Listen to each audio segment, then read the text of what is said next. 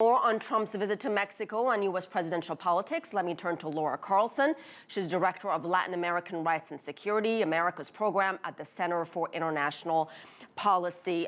Laura, I wanted to go over some of the words we heard from this news conference. We heard the word substantive, direct, united, support for democracy, tremendous, spectacular, amazing people, and I'm talking about Trump referring to the contributions of Mexican Americans. Are you surprised by what a switch we saw from this news conference? No, in terms of Trump's participation, this is not particularly surprising. He has known, and his advisors have been telling him, that he has to soften his position somewhat. He's not actually going to change his positions, but he is changing his discourse. There's a huge Latino vote in the United States that's important here, and his comments about Mexico and about Mexicans have been very alienated to a vast percentage of the U.S. population in the past.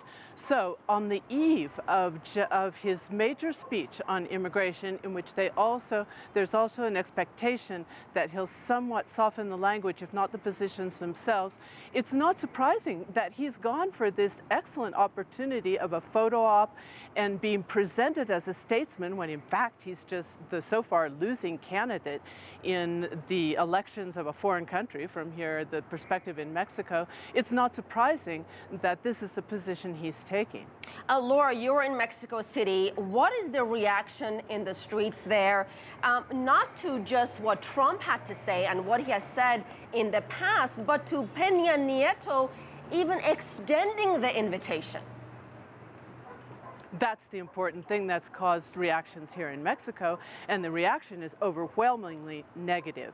With the exception of the government-allied mass media, people are saying, why in the world would our president invite and give statesman treatment to a candidate in the United States, a foreign country, who has declared Mexicans to be rapists and criminals, who has vowed to seal the border with a wall that will go the entire length of the border, and who has made a central part of his platform the immediate deportation of 11 million undocumented workers in the United States, the vast majority of whom are Mexicans. So why did he do it? Peña Nieto said that it was in the mutual interest.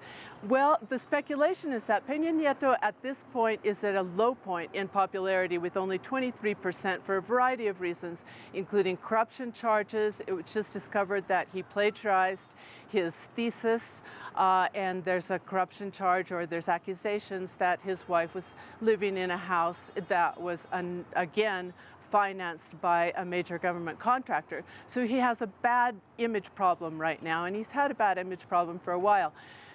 Supposedly, the idea was that if he presented himself as open to dialogue and willing to receive Donald Trump, that he could come out and make his position clear and somehow win points. That has not happened from what we're seeing so far. He did not take a clear position against the wall, although he has in the past, and he essentially endorsed the candidacy by offering a media opportunity and by treating Trump as a viable leader of the United States despite these anti-Mexican sentiments in the press conference that we saw today here in Mexico. Yeah, Trump said they did discuss. And people are angry about that. Yeah, I can only imagine, considering how much he has demonized Mexico since his campaign began. And Trump did say they did discuss the wall, they just didn't discuss who would actually pay for it. Laura Carlsen, thank you so much. Thank you, Asieh.